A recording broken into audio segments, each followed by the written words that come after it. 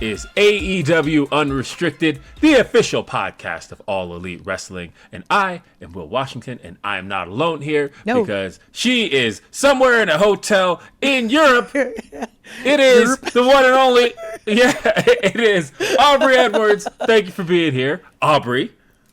I'm in Europe. Yeah.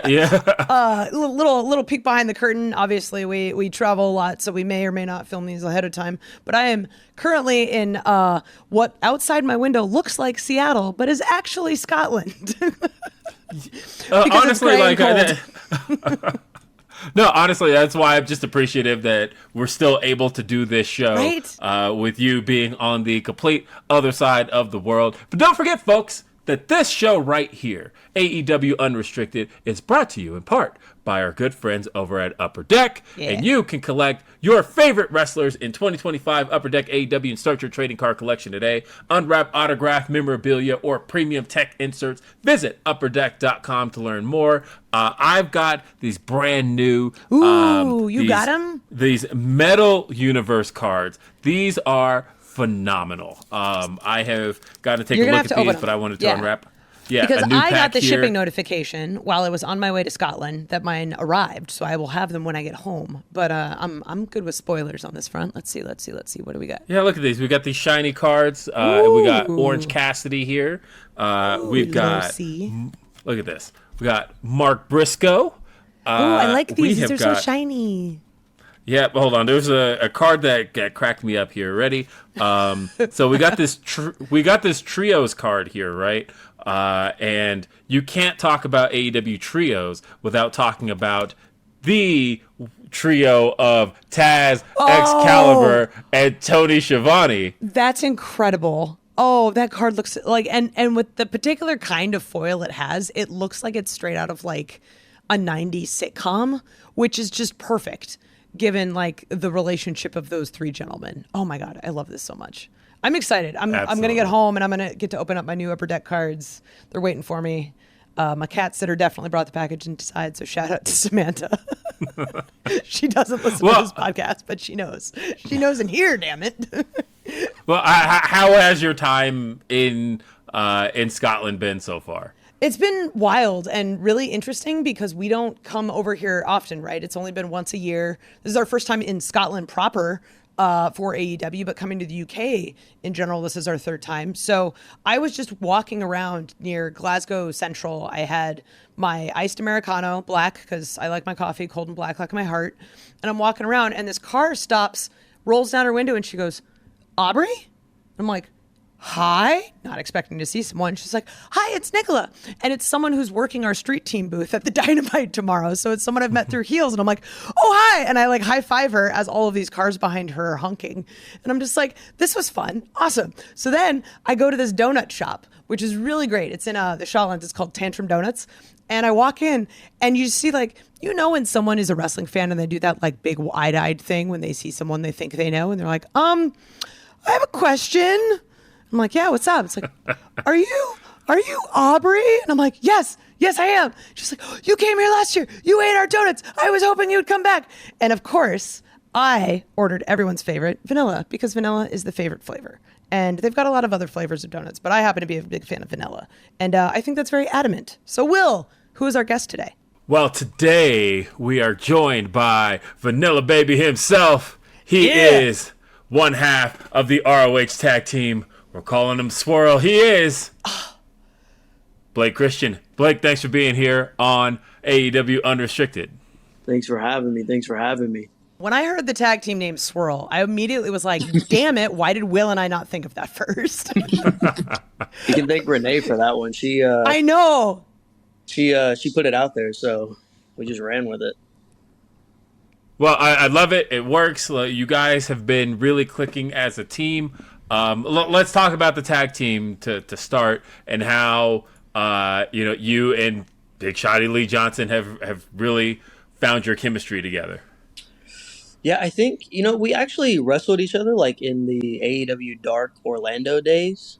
So I always knew that like Lee was really good, and I hopefully he thought the same about me. But he's been around AEW for a while, and so have I, but him longer than me. So Tony sees things. I said this on Renee's thing too. Like Tony sees things that we don't see like right off the bat, and he's like, oh, there's something here, and then everybody else was also like, there's something there, and yeah, it's been a blessing for us. It's I think that and the Vanilla Baby has been a blessing for me. But yeah, we've just been clicking and enjoying the ride.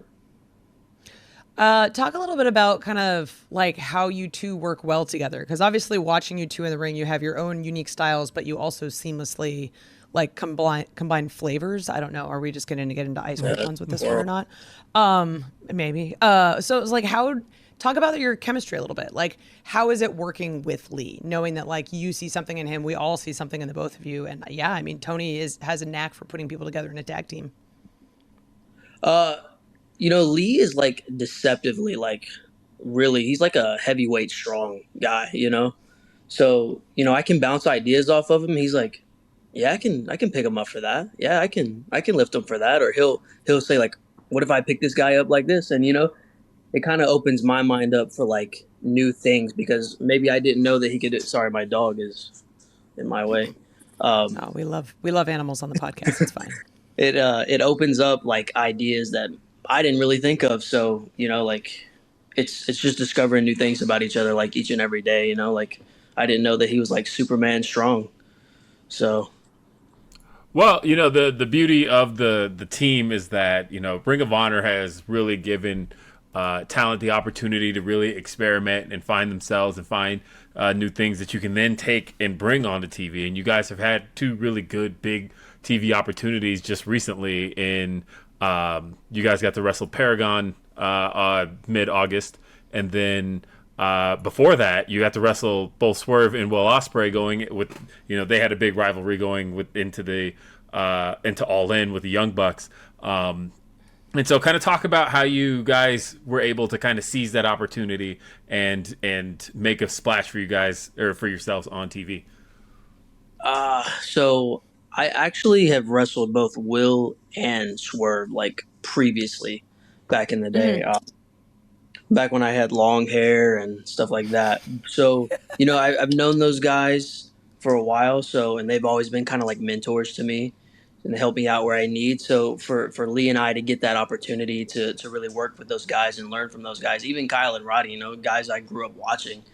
So to get to learn from those guys and wrestle those guys, it was an opportunity for sure. So I would definitely want to talk about the Vanilla Baby thing, because I remember distinctly the first time I worked with you and it happened. I saw it on the Tron and I just like smiled and went, yes, this makes all the sense in the world. And I immediately thought of Jack Harlow. So I was really happy you did that at karaoke, by the way. So how did the Vanilla Baby come about? Because I feel it's smart. It's brilliant. So I made this like highlight video, because where I come from, like in Tennessee, low down, like the big thing, they were like, oh, make highlight videos so people can see you. So I've always like done that, even though I hate doing it because it's so time consuming. And the attitude that I had at the time was just, it felt the vibe of that song. So I put that song on, and I made it like early January of 2024. And, it did all right. But then, like, I don't know, July, it just went crazy. And everyone was sharing it everywhere and everywhere and everywhere. And I ignored it for a while, but people were like, just kept putting it out there. And then when Final Battle announced that Survival of the Fittest match, I texted like everybody I know. I was like, hey, can we change my Videotron to Vanilla Baby? And like, absolutely. And then, yeah, it kind of just rode ever since. It became a meme. And then I said, why not make some money off this meme, That is wrestling. Well, the beauty of it is like, you take the fact that I think it really caught Tony's attention. And when you can catch Tony Khan's attention, and he really resonated with him, and you could really see it flow into, the Final Battle essentially was where it really made its way into the ROH lexicon, and all of a sudden now it's like a thing on TV. It's awesome. And, talking about that, it really goes hand in hand with the fact that, like you were mentioning, like, Lee has been around AEW for the last 5 years, but you were right behind him, having been around for the last, what is it, about 3 years? Has it been a little over 3.5? Yeah, a little over 3.5. Yeah. Yeah, and so thinking about the fact that you've had so much time in and around AEW, whether it was working Dark or Ring of Honor, and then having those TV opportunities, got to talk about the fact that sometimes you can be on TV, you can be having those matches, you can be having those dark matches, whatever it is, and sometimes it takes something as simple as Vanilla Baby to get people's attention. And how did it feel kind of finally having that moment that made even the most casual viewer go, oh, that's Blake Christian, I should pay attention to him? Yeah, it goes back to Final Battle.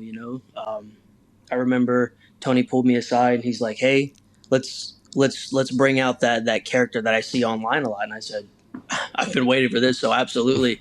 And I remember Brian Cage coming up to me. He says, "You've been a good guy. Like, are you sure you're gonna get this bad guy like feeling?" And I was like, "Oh yeah."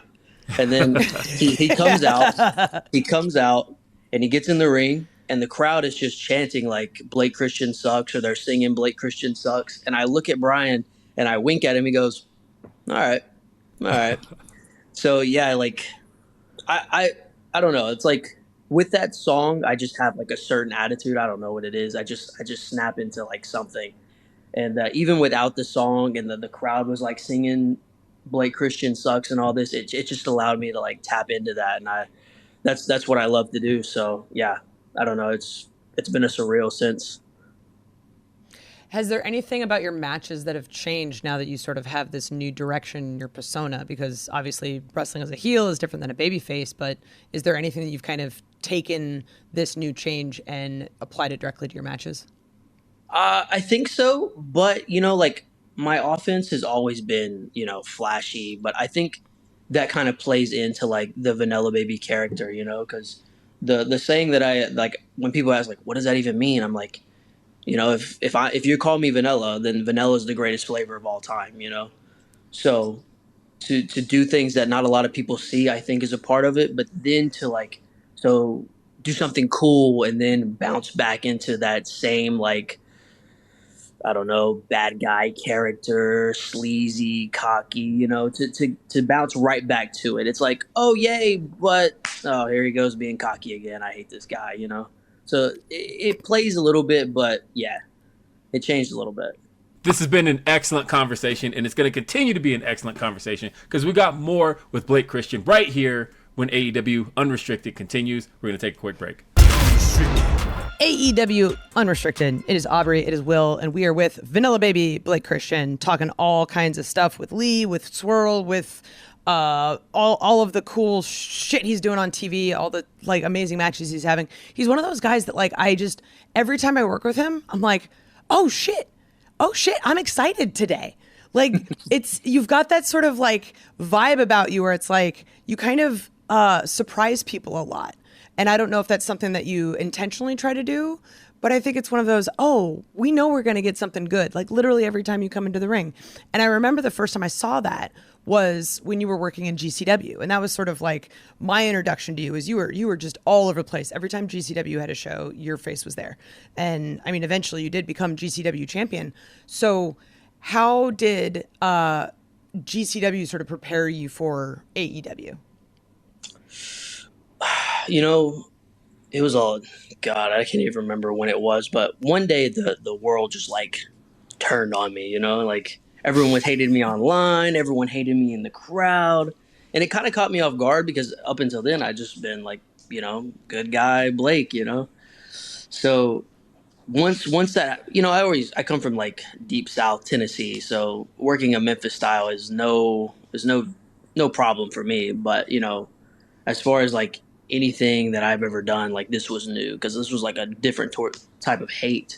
And yeah, we just ran with it. And then I continued to play along with it. And eventually people were throwing garbage at me and I was letting it happen and I was letting the rain come in, And so, and I think that allowed me to kind of play with that character a little more, maybe a little less PG, of course, but but it allowed me to bring that type of experience and know what to do, like when this happens for like Ring of Honor or AEW, which I think showed like in Final Battle for sure. Well, I want to take it a little bit further back because, of course, we talked about, a lot of 2022 and coming in 2022, and then we were just talking about GCW.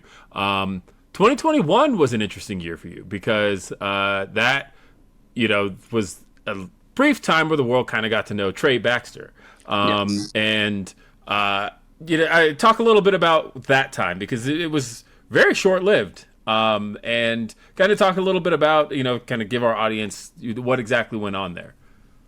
Yeah, so I think this also plays into like finding myself after all of that, even like after coming out of there and stop being Trey Baxter, like, and becoming Blake Christian again, and I still kind of was like, it's just I'm not clicking, or I'm not clicking with myself, like I'm doing all the cool things I used to do and blah blah blah, but like something is just not clicking for me. And so I think with the Trey Baxter thing, it was exactly that. I came in and I knew I was a good wrestler. I knew I could do all the things I needed to do, but there was just something missing in myself. Like I didn't know who I was or who I wanted to be, but I was kind of just going with the motions. And so going with the motions is not ever going to be enough, and then when I came out, it was like kind of right back into what I was doing, and it was still going through the motions. But then that's like with the GCW thing, like when I became this vanilla baby Blake Christian, all heat, whatever you want to call it, it really like allowed me to find out like, oh, this is what I really want to do, this is who I really want to be. So yeah, I think with all of that, it's like I was just going through the motions and doing what I was told, and like waiting for my time, or if I was gonna find myself and I really wasn't, stuff like that. I find it interesting that, we're talking about finding yourself because, a lot of people really take a lot of time. That we've had guys on this show who have talked about not really finding exactly what it was that made it work for them until, sometimes it's year 7 for a lot of guys. It's year 10. And I say all that to say that we're still really early in Blake Christian's career. And, it really started in going back, I want to say 2019. Is that correct? Yeah. Well, actually, 2017. 2017. Yeah. Damn. Well, even still, I mean, look, we're less than 10 years in, and just thinking about the fact that it is such a young career for you, and to have kind of that opportunity so young, we're talking 2021, very early in your career, and then to find Vanilla Baby even just 2 years later after that. Kind of talk about. So I wanted to ask more so, where did it all get started? What made that click happen 2017 that said, okay, this is a dream I'm going to chase? I knew I wanted to be like a wrestler, like early on, like 2003 maybe, I think it was. I knew like when I first saw it on TV, I was like, oh, this is exactly like this is what I want to do. But I thought the way I heard it described was like it's a flying unicorn. You don't know how to do it as a kid. You don't know how to see it or like get there, or you think these people are like born into this, or they're superheroes or whatever it is. And so I was like, I don't know how I ever achieved that. So, but as I got older, I got smarter and all this and that. And my parents were like, no, you need to go to college first. Have a backup. And so I was like, okay, yeah. And I started college, and then I got into like nursing school, and I was in there for a while, but I was also kind of like, still, I want to wrestle. I want to wrestle. And then my friend had actually passed away, and it kind of like sent me into like this little, I just didn't know what to do, and my dad saw what I was going through, and he hit up these guys that were like an hour away, and they also saw what I was going through, and then they said, hey, you can come train. And so, I got in there, and the first time I stepped into a ring, I was like, this is it, all that. Like, I still was upset that my friend had passed away, but like it took my mind off of it because I knew this is what I've always wanted. So yeah, like it clicked as soon as I stepped into the ring, no doubt. Damn. Oh, like sorry about your friend passing away, but like those are those magical moments of wrestling, right? Like that when and the line about the unicorn was so great. I'm definitely going to steal that. But to know that feeling of you step inside the ropes and then this is what I need to do, and then fast forward and now you're here talking to us, and it's just crazy to see this journey that you've been on. And we've talked a lot about the different points of this journey, but we haven't talked about your time with New Japan. And you were in Best of the Super Juniors 2024. You've also worked with New Japan Strong during the pandemic. So what was it like working for New Japan in various different times? So obviously New Japan was always like a dream of mine. So, cause that's where like a lot of the wrestlers that like I idolized or I like watched and studied when I was becoming a wrestler, I was like, this is the type of style I want to do. So it was always a dream of mine. And when they finally like messaged me and said, hey, we're doing these tapings up in Los Angeles, and we would, sorry, please, dog. And then where was I at? Oh, they were doing these tapings in Los Angeles. And I was like, absolutely. And it was a weird time, no doubt, because those tapings were like in front of nobody. And all we could hear, especially the first one, there was no commentators. The commentators came later, and it was very like all you could hear was you breathing and your opponent breathing. So it was a very weird time in those tapings. But I mean, I got to do a lot of cool things. I did the Super J Cup there. I did the Young Lions tournament there. I even did like qualifying matches for the New Japan Cup, the USA New Japan Cup there. So I mean, it was really cool, and I got to wrestle a lot of guys that like I grew up watching, like TJP, ACH. Let's calm down. Let's calm down. There's a dog outside. But I think at this point our audience just needs to meet the dog. Can we? Yeah, come on. Let's see the dog. Come on. Oh, your puppy. Hello. So now when we hear the heavy breathing on the microphone, we know it's not. Yes. But our audio listeners didn't get to appreciate that, but it was people watching the video. Very cute. Saw another dog outside and started going a little crazy.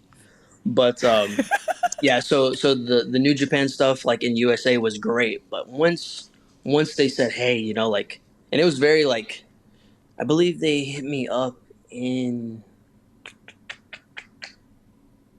February for the Best of Super Juniors, and I'm like, I was like, absolutely, this is something that I've always wanted to do. And I wrestled Hiromu in Nashville, and I even wrestled Hiromu and Desperado in like North Carolina, and I was like, this, and they were great matches, and I was like, people were telling me, oh, you're definitely going to Super Juniors, and even after like Desperado and Hiromu like did the promo like, please come to Super Juniors, and I was like, oh, this will be the year, and then it wasn't the year, and then 2024 finally around. And it was just surreal to be out there and to do the things that I got to do and wrestle the people I got to wrestle. And it was a dream come true.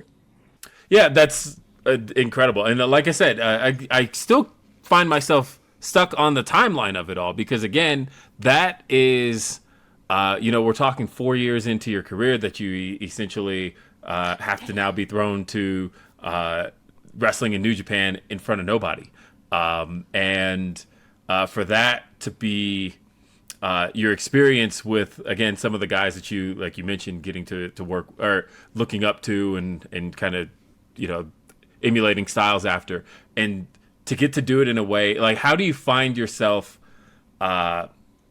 learning from these guys and still being able to project it in the ring without the feedback of the audience?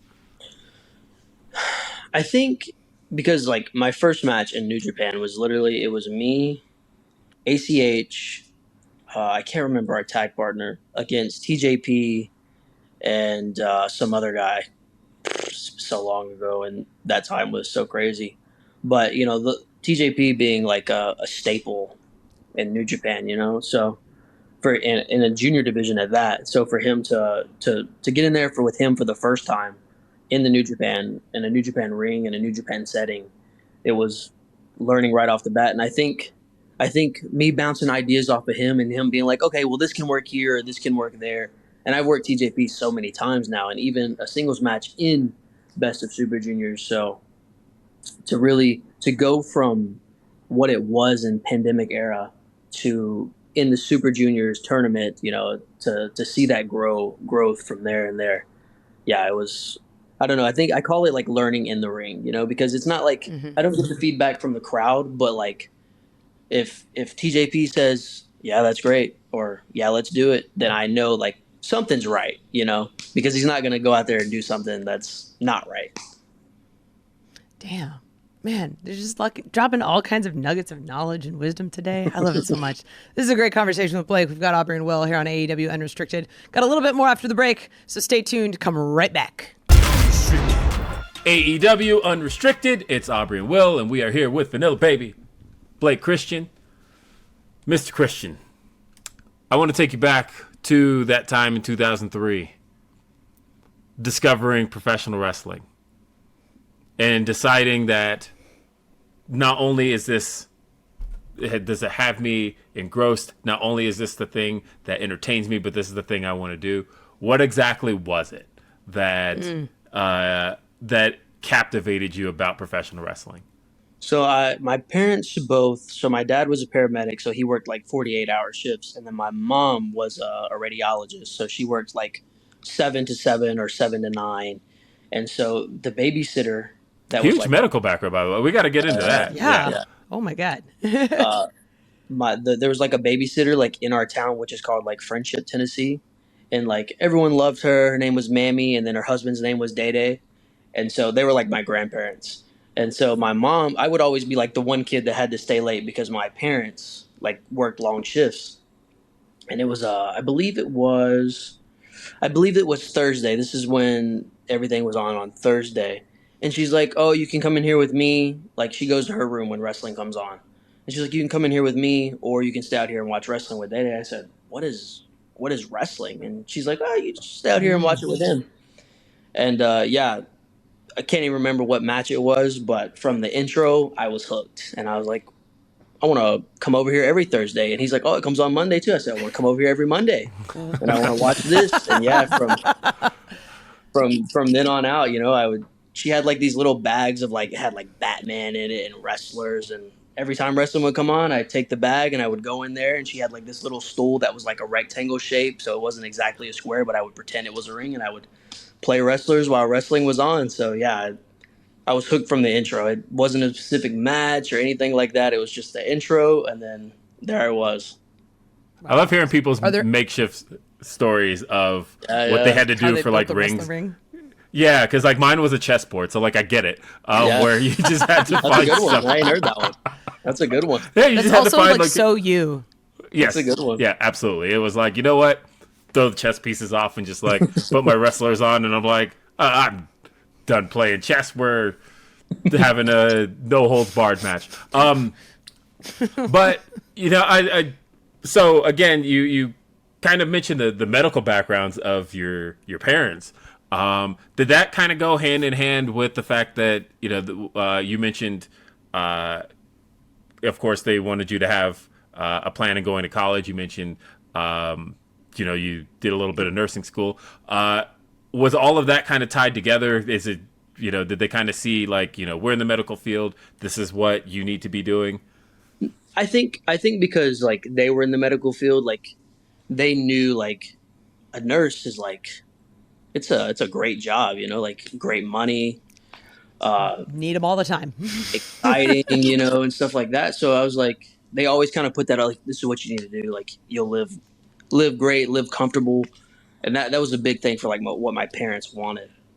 And sure, it's what they understand. It makes perfect sense. Yeah. They get it. And then, my parents had actually got divorced, and my dad had married another nurse. And so she's putting it on me as well, And I was like, yeah, guys, I'm going to do it. I'm going to do it, And then by the time I was actually in nursing school, wrestling had, it was around pandemic time that I was in nursing school. And that's kind of when like I started doing New Japan, and then I did Impact, and like all these things are like popping off for me. And I said, it's so hard to be in nursing school and also pursue wrestling, because nursing school is a test every single day. And then, I'm bouncing back and forth. This is before flight times too. So I'm bouncing back and forth and I'm getting no sleep and I'm not studying. And I'm like, I just can't do this. And so I swapped my major to criminal justice, and then wrestling really took off during that time. And I said, well, criminal justice is not my dream. Being a nurse is not my dream. Being a wrestler is my dream. So I'm not going to pass up these opportunities where my career is like really, really taking off. And I have a chance to really like get a good job in this and make good money. So this is what I'm doing. And so I left college and came this. Yeah, I mean, it kind of becomes clear where it's slapping you across the face like, hey, dude, this is the decision you have to make. And you're seeing good success in all of these different places. People are chanting your name, like, go for it. And it's really scary, especially when it's the thing that your parents have basically encouraged you to do and you're going against it. But it definitely worked out in your favor. So Absolutely. I'm kind of curious what your parents think now, given that, like, wrestling, sometimes things go wrong and sometimes people get hurt, and they understanding real well what injuries look like and stuff. What has sort of that relationship with wrestling been like? So that was like their thing. Like, what if you get hurt, or what if this? Do you have anything to bounce back on? And I'm like, no, I don't. And I get where they were coming from, but that was also at a time of like, I was wrestling in front of 100 people or less for $20, and wasting all my money to drive there and then eating a gas station sandwich on the way back. And he's like, and my dad especially, because he was a big one that like put it on me, and even my mom. He's like, what are you gonna do? Like, if something happens, you need something to like back up on. Like, your mom and I can't take care of you forever, And once they finally saw like, oh, he's doing more. He's going to Los Angeles. He's going to the UK. He's going to all these other places. It's like, maybe this is what he's meant to do. And yeah, my parents have been so supportive, especially once they saw like, this is what, I was going to defy it either way. I was going to find a way to do what I needed to do. But once they saw like, this is taking off for him, he's doing really well, this is what he's meant to do, they were really like supportive after that. Especially my dad, he owns like a store that's connected to an apartment, gave me a place to live, all this and that, so I could just pursue wrestling. So I got it kind of easy, but my parents, so thankful for those guys. Ah, man. I mean, and honestly, like, I get it. Like, as a parent myself, I know that I'm going to take anything I know and apply it to whatever it is my kids want to do, and to try to guide them in a way that I understand. And of course, if I understand the medical side of things, I understand the human body, and understand that the human body isn't exactly meant to do the things that you guys do in the ring, but that's what makes it. So that's what makes what you guys do so special, is the fact that you're not meant to do that, but you do it. And so to get to the level you've gotten to, and I kind of want to bring it back all the way full circle. I want to take it to just a few weeks ago. Actually, it's been a couple months now, hasn't it? A little over a month. Taking it back to All In Weekend. Because a moment got to happen at the AEW karaoke event. And that, as Vanilla Baby has taken off this last year, what was it like getting to perform Lovin' On Me in front of the fans at the AEW karaoke event? So I put that tweet out like as a joke. I completely was not going to do it. But when I showed up, Speedball was also there. And he kind of gives me like a stiff shot like in the ribs, and he says, get up there and do the song. I was like, man, they don't even have it on the list, man. And it was either get kicked by Speedball or do the song. And then by the time I did the song, Speedball had left. So it wasn't even, But I mean, I think it was enjoyable for the fans. They loved it. It was fun. The people who were watching in the back, they loved it. So I mean, I don't know. It was a fun experience, and it was it is what it is. To be fair, if you want to hold it against him, I don't think Speedball even sang. So no, he didn't. Mm-mm. Yeah. Shame on him. He peer shame pressured me into doing it, and then there we go. No, honestly, like, I just think about the fact that, like, I love the fact that the karaoke event, shout out Aubrey, by the way, was such a hit. But a big part of what made it such a hit was the fact that there were so many unexpected moments, and, you know, everybody with their cameras was posting these moments online, and to see yours get not only get posted, but then it was like picked up by all the news sites where it's like Blake Christian performs "Lovin' on Me" in front of the audience at AEW karaoke, and it's like you've really made this your thing and really made it your own. Yeah. And I love watching that happen and watching, you know, now it's, you know, the main piece of a tag team, Swirl. Like, what is Swirl without Vanilla Baby, right? So, like, I just love watching that. You know, as you mentioned, it was a video that came out January of 24 and didn't even do anything till the summer. And then all of a sudden now it is a big part of who you are. Yeah. Tell Jack Harlow it's my song now, you know? My song. Not even his anymore. Technically, he sampled from someone else too, so arguably it wasn't his either. Tell them both. It's my song now, you know? There we go. This has been a great conversation. We've had a chance to talk with Blake Christian. You can follow him on Instagram at @real_Blake Christian and on Twitter _Blake Christian. He will choke you, but he is not a killer baby. AEW Unrestricted is sponsored in part by Upper Deck. Collect your favorite wrestlers in the 2025 Upper Deck AEW and start your trading card collection today. You can unwrap autograph memorabilia, premium tech inserts. You can visit upperdeck.com to learn more. You can listen to and follow this podcast, AEW Unrestricted, on Apple Podcasts, Spotify, wherever you get your podcasts. And then you can check out this video episodes and see Blake's cute little dog on our YouTube channel, AEW Unrestricted. Just hit the subscribe button so you never miss an episode. And if you're not an AEW insider, you can get early access to ticket pre-sales, special merchandise offers, and more straight to your inbox. Sign up today, AEWTix.com. Don't forget, Dynamite, TBS, Wednesday nights, 8 p.m. and on HBO Max. Collision, Saturday nights, TNT and HBO Max. ROH streams every Thursday on Honor Club.